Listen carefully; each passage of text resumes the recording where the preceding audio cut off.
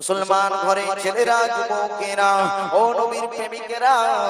ও রাসূলুল্লাহর দিবানারা আম্মা জান আমিনার গর্ভে যখন আম্মা জান আমিনার গর্ভে যখন শিশু নবী এলেন আম্মা জান আমিনা বাড়ি থেকে যখন কাজের উদ্দেশ্যে বার হতেন এক এক করে মুজিজা দেখিয়ে দিয়েছেন আম্মা জান আমিনা একদিন পানির উদ্দেশ্যে বার হলেন আম্মা জান আমিনা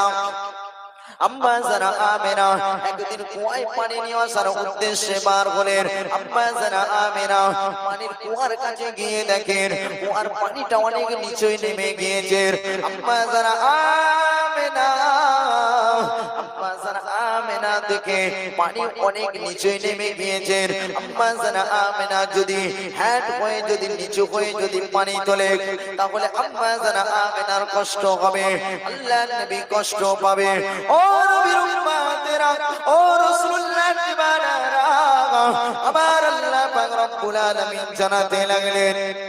আমার আল্লাহ পাক রব্বুল আলামিন ওই সময় বলতে লাগলেন ও আমার মালায়েকা ফেরেশতা জিবরাইল ও আমার মালায়েকা ফেরেশতা জিবরাইল তুমি যাও চলে যাও চলে যাও চলে যাও তুমি ওখানে চলে যাও তুমি ওখানে গিয়ে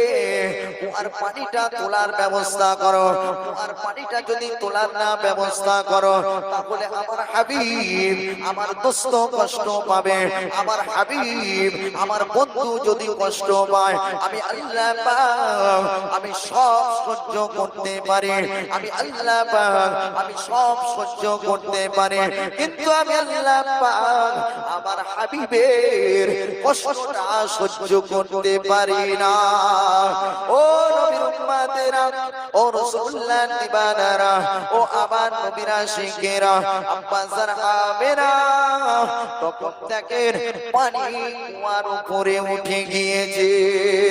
আরো জোরে